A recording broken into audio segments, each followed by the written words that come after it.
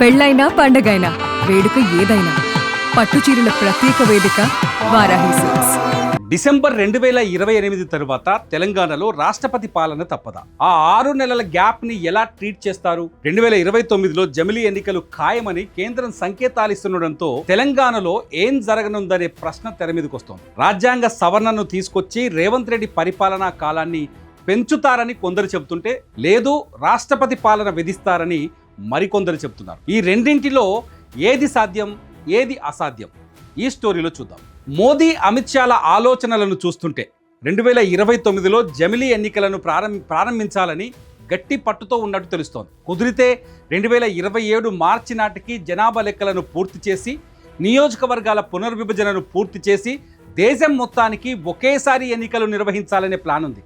కానీ ఒక్కో రాష్ట్రం అసెంబ్లీ ముగింపుకు ఒక్కో గడువు ఉండడంతో జమిలీ ఎన్నికలకు 2 దశల్లో నిర్వహించాలని కూడా చూస్తున్నట్టు తెలుస్తోంది. ఫైనల్గా 2029లో జమిలీ ఎన్నికలైతే గ్యారంటీ అనే చర్చ రాజకీయ వర్గాల్లో కనిపిస్తోంది. ఒకవేళ కొత్తగా చేపట్టే జనాభా లెక్కల ప్రక్రియ పూర్తి కాకపోయినా ఈ ప్రక్రియను మాత్రం ఆపొద్దనే ఆలోచన ఉన్నట్టు తెలుస్తోంది. ఒకవేళ అదే జరిగితే 2028లో తెలంగాణలో ఏం జరగబోతోంది అన్నది ఇప్పుడు ఆసక్తికరంగా మారుతుంది. నిజానికి రేవంత్ రెడ్డి ప్రభుత్వ పరిపాలనా కాలం 2028 డిసెంబర్తో ముగుస్తుంది. డిసెంబర్ 9 నాటికి తెలంగాణలో కొత్త శాసనసభ కొలువు తీరాలి. ఒకవేళ జమిలీకి వెళ్తే తెలంగాణ అసెంబ్లీ గడువును పొడిగిస్తారా, లేదంటే 2029 జూన్ వరకు రాష్ట్రపతి పాలన విధిస్తారా అన్నది ఇప్పుడు తెలంగాణ రాజకీయాల్లో అతిపెద్ద ప్రశ్నగా మారుతోంది. జమిలీ ఎన్నికలు గ్యారంటీ అయితే తెలంగాణ అసెంబ్లీ విషయంలో 2 ఆప్షన్లు కనిపిస్తున్నాయి. ఒకటి, ఆప్షన్ 1 రేవంత్ రెడ్డి ప్రభుత్వ కాల పరిమితిని మరొక 6 నెలలు పొడిగించడం. ఆప్షన్ 2 అసెంబ్లీని రద్దు చేసి రాష్ట్రపతి పాలన విధించడం. రెండింటిలో మొదటి ఆప్షన్ కు వెళ్తే ఖచ్చితంగా రాజ్యాంగ సవరణ తప్పదంటున్నారు విశ్లేషకులు. అసెంబ్లీల కాల పరిమితిని పొడిగించేందుకు వీలుగా రాజ్యాంగ సవరణ బిల్లును పార్లమెంట్లో ప్రవేశపెడతారనే చర్చ ఒకటి నడుస్తోంది.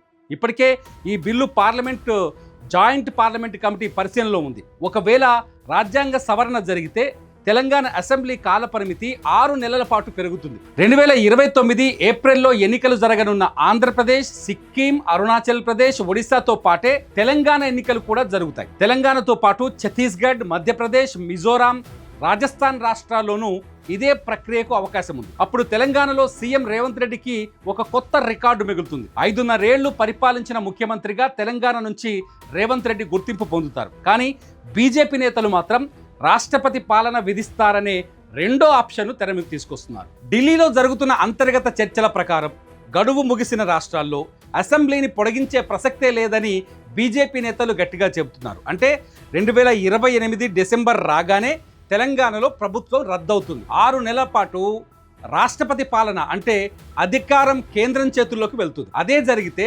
కాంగ్రెస్కు పెద్ద దెబ్బ. ఎందుకంటే ఎన్నికలు జరిగే టైంకి రేవంత్ రెడ్డి ముఖ్యమంత్రిగా ఉండరు. లోక్సభ ఎన్నికల నాటికి తెలంగాణ వంటి బలమైన రాష్ట్రం సహకారం కాంగ్రెస్ పార్టీకి దొరకదు. ఇటు రాష్ట్ర యంత్రాంగం అంతా గవర్నర్ చేతుల్లో, అంటే పరోక్షంగా మోదీ చేతుల్లో ఉంటుంది. అంటే ఇది కాంగ్రెస్ పార్టీకి నష్టమనే చర్చ కూడా నడుస్తుంది. దీంతో 2029 తర్వాత తెలంగాణలో జరగబోయేదేంటి అన్నది ఇప్పుడు ఆసక్తిని రేకెత్తిస్తున్న ప్రశ్న.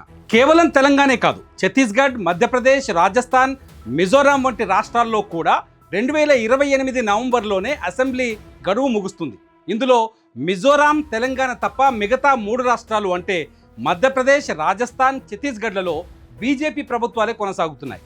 సో ఈ 3 రాష్ట్రాల్లో రాష్ట్రపతి పాలన విధించినా బీజేపీకి పెద్దగా నష్టం వచ్చేది ఏమీ ఉండదు. పరోక్షంగా కేంద్రం పరిపాలన కొనసాగుతుంది కాబట్టి బీజేపీకి బెనిఫిట్ అవుతుందనే చర్చ నడుస్తుంది. మిజోరాం, తెలంగాణలో బీజేపీయేతర ప్రభుత్వాలు కాబట్టి రాష్ట్రపతి పాలన విధిస్తే బీజేపీకి ప్లస్ అవుతుందనే చర్చ తెలంగాణ నేతల్లో కనిపిస్తుంది. అందుకే బీజేపీ నాయకులు రాజ్యాంగ సవరణ ఉండదు, మిగిలిన 6 నెలల కాలానికి రాష్ట్రపతి పాలనే విధిస్తారనే ప్రచారం చేస్తున్నారు. అయితే ఇక్కడ మరొక పాయింట్ ఉంది. ఏపీ, అరుణాచల్ ప్రదేశ్, ఒడిశా, సిక్కిం కాకుండా ఇదే 2029 సెప్టెంబర్, అక్టోబర్, నవంబర్లలో మరో 4 రాష్ట్రాల ఎన్నికలు కూడా ఉన్నాయి. మరి ఆ 4 రాష్ట్రాలను కూడా 2029 జమిలీలో కలిపే అవకాశం ఉందా? ఉంటే ఏం చేస్తారు? అసెంబ్లీలను రద్దు చేస్తారా, లేదంటే రాజ్యాంగ సవరణకే వెళ్తారా అన్న ప్రశ్న ఇక్కడ మళ్ళీ తలెత్తుతోంది. 2029 సెప్టెంబర్, అక్టోబర్, నవంబర్లో ఎన్నికలు జరిగే రాష్ట్రాల్లో జమ్మూ కాశ్మీర్, హర్యానా, జార్ఖండ్, మహారాష్ట్రల్లో 2 రాష్ట్రాల్లో ఎన్డీఏ పక్షాలు, మరో 2 రాష్ట్రాల్లో ఇండియా కూటమి పక్షాలు అధికారంలో ఉన్నాయి. సో ఇక్కడ కూడా రాజ్యాంగ సవరణ తప్పదనే చర్చ ఉంది. ఇండియా కూటమి పాలనలో ఉన్న జమ్మూ కాశ్మీర్, జార్ఖండ్లో 6 నెలల ముందుగానే అసెంబ్లీలను రద్దు చేయాలని అంటే ఖచ్చితంగా ఇండియా కూటమి అంగీకరించాల్సి ఉంటుంది. సో ఇక్కడ రాజ్యాంగ సవరణ తెస్తే అసెంబ్లీల కాలపరిమితి తగ్గించే అవకాశం కలుగుతుంది. మహారాష్ట్ర, హర్యానాల్లో బీజేపీదే అధికారం కాబట్టి ఈ 2 రాష్ట్రాల్లో అసెంబ్లీల రద్దు చేయటం పెద్ద సమస్య ఏమీ కాదు. జమ్మూ కాశ్మీర్లో ఒమర్ అబ్దుల్లా, జార్ఖండ్లో హేమంత్ సోరెన్లు అధికారంలో ఉన్నారు. ఈ ఇద్దరు మోదీ, అమిత్ షా మాట వింటారా అనే ప్రశ్న ఉంది.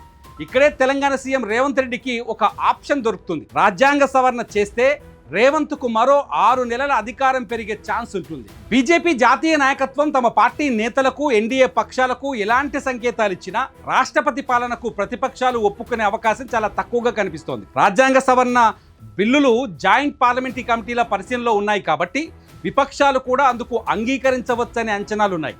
ఎందుకంటే నియోజకవర్గాల పునర్విభజన విషయంలో జనాభా ప్రాతిపదికను విపక్షాలు వ్యతిరేకించడం వల్లే దేశవ్యాప్తంగా 50% పెంపుకు మొగ్గు చూపుతున్నట్టు తెలుస్తోంది కాబట్టి. సో ఇది పరిస్థితి. తెలంగాణ గడ్డపై 2029లో జమిలీ యుద్ధం ఖాయమనిపిస్తోంది.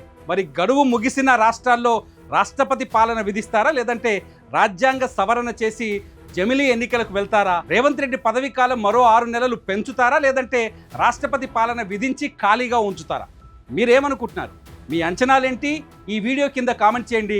ఇట్స్ యూటీవీ నుంచి నేను మీ తిరుమల్. మీ కామెంట్స్కి నేను తప్పకుండా రిప్లై ఇస్తాను.